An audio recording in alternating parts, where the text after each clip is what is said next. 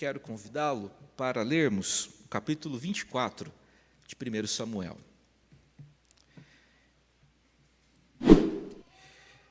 Esse capítulo possui 22 versos. Nós vamos ler todo esse capítulo nessa ocasião. Nossa reflexão na noite desse dia será baseada nesse capítulo tão precioso e curioso das Escrituras. Tendo Saul voltado de perseguir os filisteus, foi-lhe dito: eis que Davi está no deserto de En-Gedi. Tomou então Saul 3.000 homens. O bando de Davi era cerca de 600 homens. Saul vai contra ele com 3.000 homens, escolhidos dentre todo Israel, e foi ao encalço de Davi e dos seus homens, nas faldas das penhas das cabras monteses. Chegou a uns currais de ovelhas no caminho, onde havia uma caverna, entrou nela Saul a aliviar o ventre. Vocês entenderam bem, não é? Ora, Davi e os seus homens estavam assentados no mais interior da mesma. Então os homens de Davi lhe disseram: hoje é o dia do qual o Senhor te disse: eis que te entrego nas mãos o teu inimigo, e far-lhe-ás o que bem te parecer. Levantou-se Davi e furtivamente cortou a orla do manto de Saul. Sucedeu, porém, que depois sentiu Davi bater-lhe o coração, por ter cortado a orla do manto de Saul, e disse aos seus homens: o Senhor me guarde de que eu faça tal coisa ao meu senhor, isto é, que eu estenda a mão contra ele, pois é o ungido do Senhor. Com estas palavras, Davi conteve os seus homens, e não lhes permitiu que se levantassem contra Saul. Retirando-se Saul da caverna, prosseguiu o seu caminho. Depois, também Davi se levantou, e saindo da caverna, gritou a Saul, dizendo: ó rei, meu senhor! Olhando Saul para trás, inclinou-se Davi e fez-lhe reverência, com o rosto em terra. Disse Davi a Saul: por que dás tu ouvidos às palavras dos homens que dizem: Davi procura fazer-te mal? Os teus próprios olhos viram hoje que o Senhor te pôs em minhas mãos nesta caverna, e alguns disseram que eu te matasse. Porém a minha mão te poupou, porque disse: não estenderei a mão contra o meu Senhor, pois é o ungido de Deus. Olha, pois, meu pai, vê aqui a orla do teu manto na minha mão. No fato de haver eu cortado a orla do teu manto, sem te matar, reconhece e vê que não há em mim nem mal, nem rebeldia, e não pequei contra ti, ainda que andas à caça da minha vida para a tirar. Julgue o Senhor entre mim e ti, e vingue-me o Senhor a teu respeito, porém a minha mão não será contra ti. Dos perversos procede a perversidade, diz o provérbio dos antigos, porém eu não sou perverso. A minha mão não está contra ti. Após quem saiu o rei de Israel, a quem persegue, a um cão morto, a uma pulga, quem sou eu? Seja o Senhor o meu juiz e julgue entre mim e ti, e veja, e pleiteie a minha causa, e me faça justiça, e me livre da tua mão.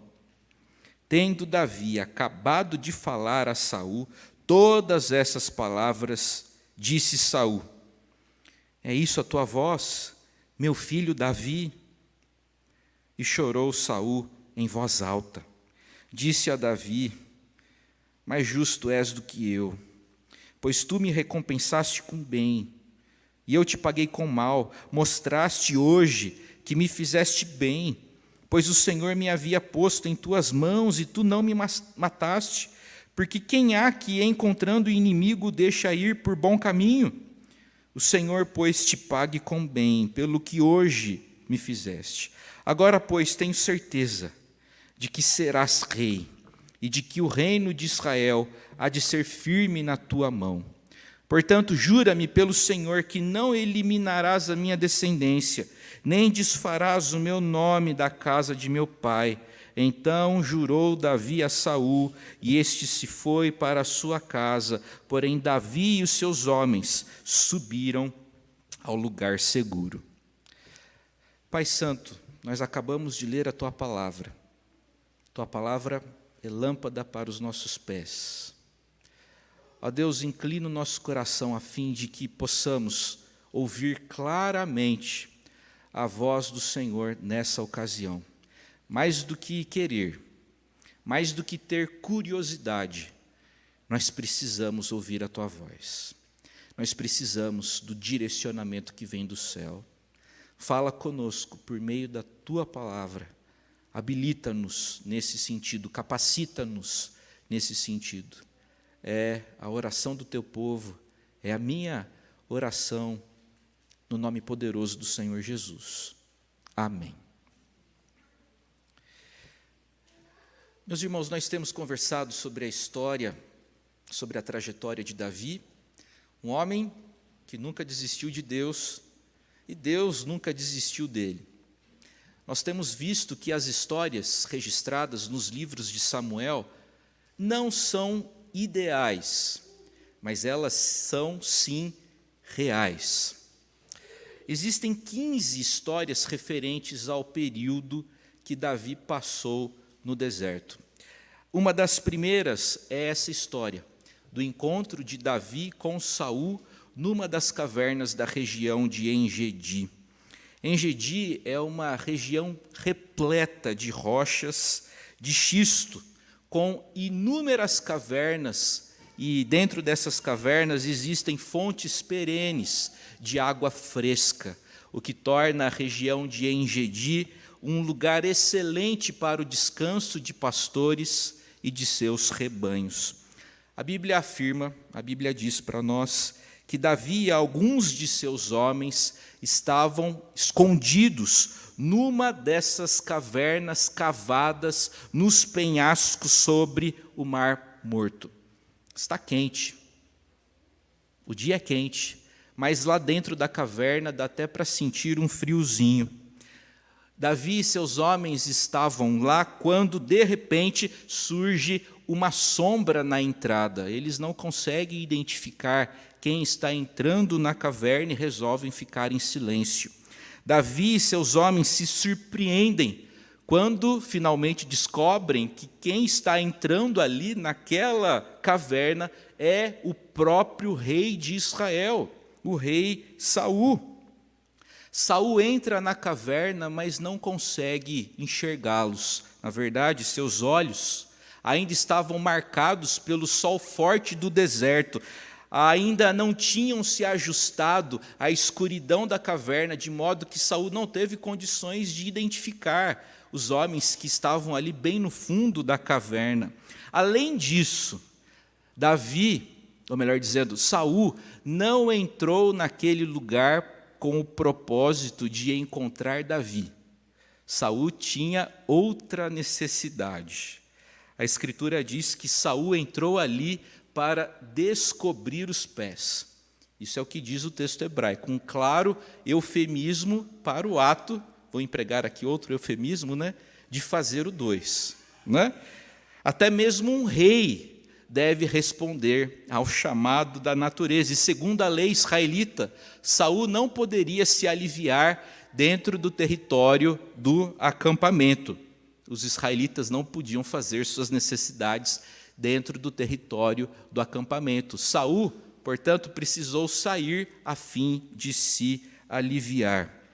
Saul encontrou uma caverna bem ao longe e resolveu lá fazer as suas necessidades. E eu tenho certeza de que todos aqui compreendem muito bem essa história.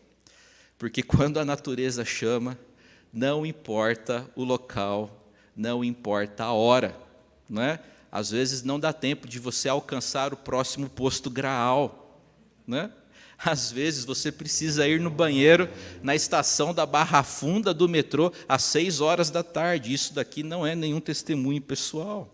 E olha, gente, vou contar para vocês. O Luizão está ali fora, está de prova. Eu estava conversando com ele quando, de repente, saiu o menino do banheiro. E ele saiu do banheiro apressadamente. E olha, esse menino precisava mesmo encontrar um banheiro, viu? Aconteceu agora, minutos atrás. Bem, agora bom mesmo é fazer o 2 como Saul achava que estava fazendo. sozinho, numa boa. Os homens de Davi compreendem o que está acontecendo e eles começam a se movimentar. Imagina a cena. Os homens se levantam e começam a se aproximar de Saul. Davi olha para eles e pede para que eles se acalmem, não façam nada ainda. Calma, não é hora para a gente derramar sangue. A Bíblia afirma que Davi foi furtivamente se movimentando, ele foi devagarzinho pela parede da caverna até o lugar onde o manto do rei foi largado, de certa forma relaxada e apressada, né? Ele precisava se aliviar. Davi corta um pedaço do manto e volta rapidamente ao seu lugar. Depois de alguns minutos, Saul volta a colocar as suas roupas, coloca a sua espada na cintura e sai daquele local sem sequer imaginar o que poderia ter acontecido com ele. Curiosamente, depois de ter cortado a orla do manto do rei Saul, Davi ficou com a consciência pesada. Davi não feriu Saul. Davi cortou um pedacinho do seu manto, mas esse gesto já se configurou para Davi num gesto muito grave. Davi sabe a importância que o manto de alguém tinha naquela cultura. Davi sabia que o manto real era símbolo da autoridade de Saul como rei de Israel. Nós vemos a importância do manto do rei de Israel, por exemplo, no capítulo 15, quando o profeta Samuel rasgou o manto de Saul, né, dizendo que aquilo era um símbolo de que o reino dele seria rasgado. Depois, no capítulo 18 de 1 Samuel, lemos que Jonatas, filho de Saul, deu seu manto para Davi, como sinal de entrega e submissão. Dentro daquela caverna, Davi não conseguiu ver um inimigo.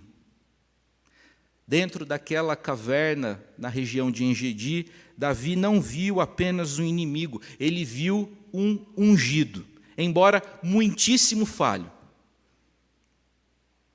Davi viu naquela caverna o ungido, embora muitíssimo falho, rei de Israel. E Davi lhe prestou a homenagem e a honra devida.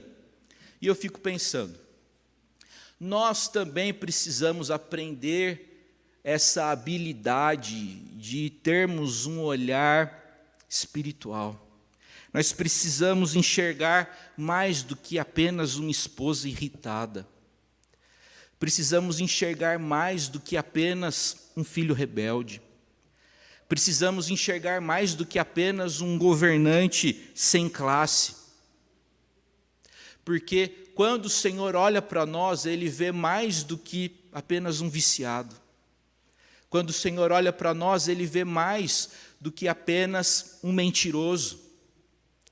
O Senhor, quando olha para nós, Ele vê aquilo que nós efetivamente somos, a saber, seus filhos, suas filhas. Nós precisamos aprender essa habilidade de enxergar mais e melhor.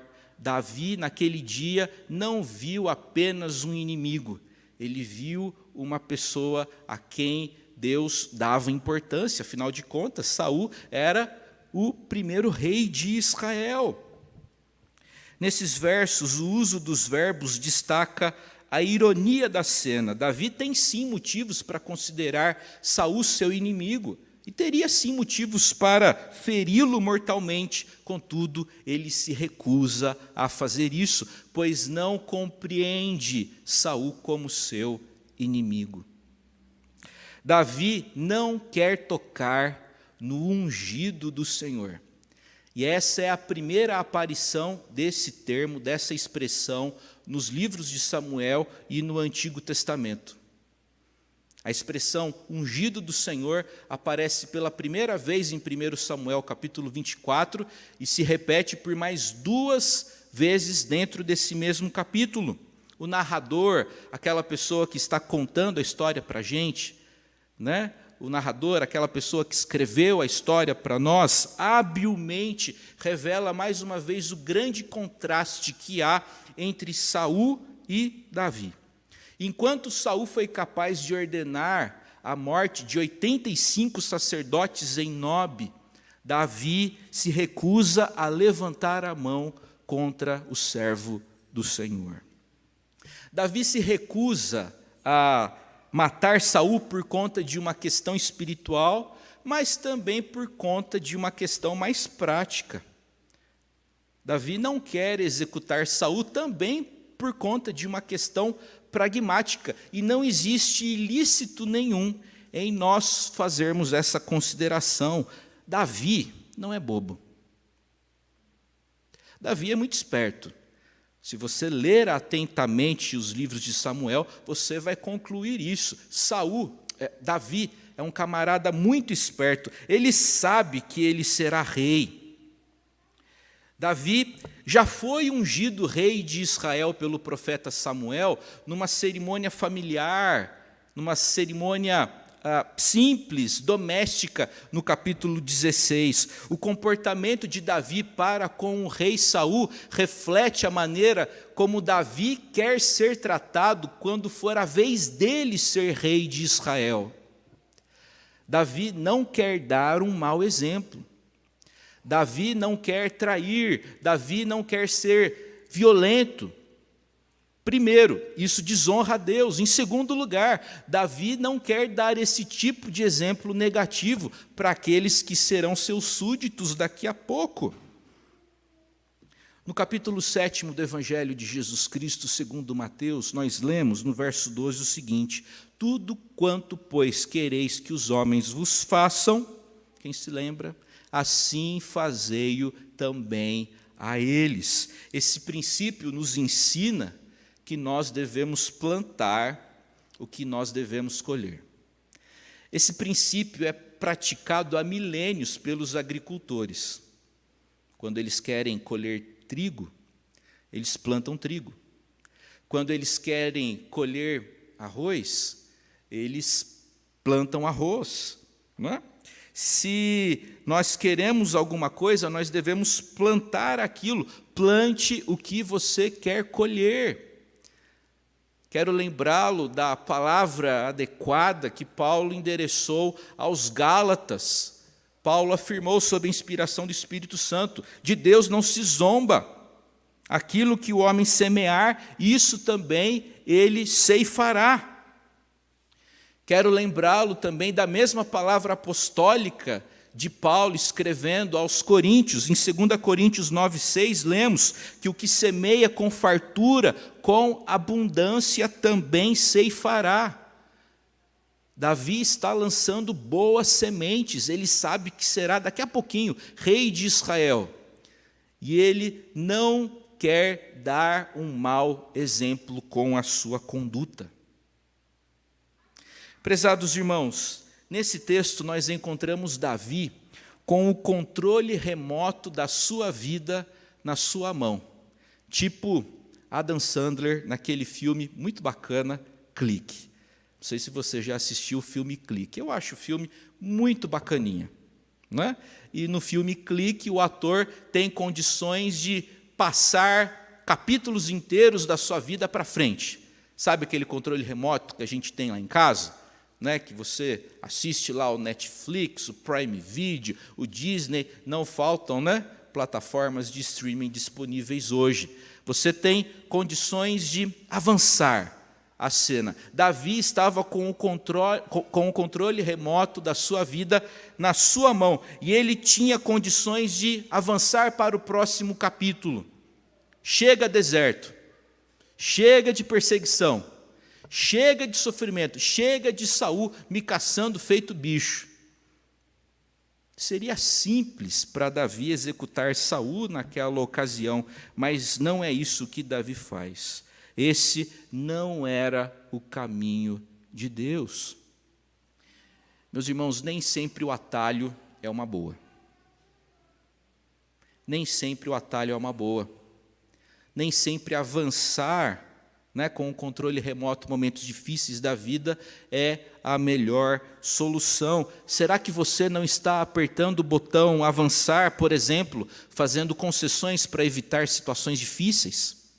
O grande problema de apertar esse botão simbólico, imaginário, de avançar, é que, na verdade, a gente não avança, a gente pausa. Porque Deus nunca abençoa o pecado. Deus nunca abençoa a preguiça. Deus nunca abençoa o desejo de fugir da realidade. Davi foi sábio em não avançar. Uma outra lição que nós aprendemos com o texto é que Davi foi divinamente capacitado para ser um pacificador. Davi deixa que Saul tome uma boa distância lá fora da caverna, chega na entrada dela e o chama. A gente pode imaginar Saul já no meio das depressões rochosas, quando escuta: ó rei, meu senhor. E eu imagino aqui que Saul sentiu aquele calafrio que toma conta de todo o corpo, não é? E consigo também imaginar o olhar assustado na cara de Saul, quando ele se volta para trás e vê Davi se prostrando na frente dele. Chama a sua atenção para o fato de que, em vez de Davi cair sobre Saul num ataque assassino, Davi caiu sobre o solo, fazendo-lhe reverência com o rosto em terra. Como Davi poderia se curvar diante de alguém como Saul? Isso aconteceu porque Davi se entregou nas mãos de Deus, deixando a sua vida no controle do Senhor. Davi aproveita aquele momento para dizer tudo o que ele desejava dizer há muito tempo. Sabe aquelas coisas que a gente está entalado na garganta e que você fica planejando dizer para alguém se tivesse oportunidade? Chegou a oportunidade de Davi depois de anos de perseguição injusta. E olha só o que ele diz para Saul: porque dás tu ouvidos às palavras dos homens que dizem, Davi procura fazer-te mal. Verso 9. Os teus próprios olhos viram hoje que o Senhor te pôs em minhas mãos nessa caverna. Alguns disseram para eu te matar, mas eu não vou estender a mão contra o Senhor, pois é o ungido de Deus. Davi faz todo esforço possível para expressar a autoridade que ele compreende que Saul tem sobre ele. Davi chama Saul de meu senhor 3 vezes, de rei 1 vez, e de ungido do Senhor mais 3 vezes. Além disso, no verso 11, Saul é chamado por Davi de pai. Na verdade, Davi está recordando Saul de que ele havia anos atrás se casado com a filha de Saul, Mical. Chamando Saul de pai, Davi está lembrando e sugerindo a sua dependência do rei. Davi tem mais coisa para falar. E ele afirma no verso 12: julgue o Senhor entre mim e ti, vingue-me o Senhor a teu respeito, porém a minha mão não será contra ti. Davi está determinado a depender tão somente da justiça do Senhor. Davi não quer comprometer o seu coração com o desejo de vingança. Davi sabe que se ele se comprometer com o desejo de vingança, ele vai ter perdido o seu coração para sempre. Quem se entrega ao desejo de vingança, perde o próprio coração. Davi não quer perder o seu próprio coração, ele entrega aquela causa ao Senhor. Julgue o Senhor essa história. Prezados irmãos, a atitude e o gesto de Davi, as palavras de Davi desmontam Saul. Depois de anos perseguindo aquele menino de forma injusta e cruel, depois de anos sem mencionar o nome Davi, Saul só se referia a Davi chamando-o pela expressão depreciativa de filho de Jessé.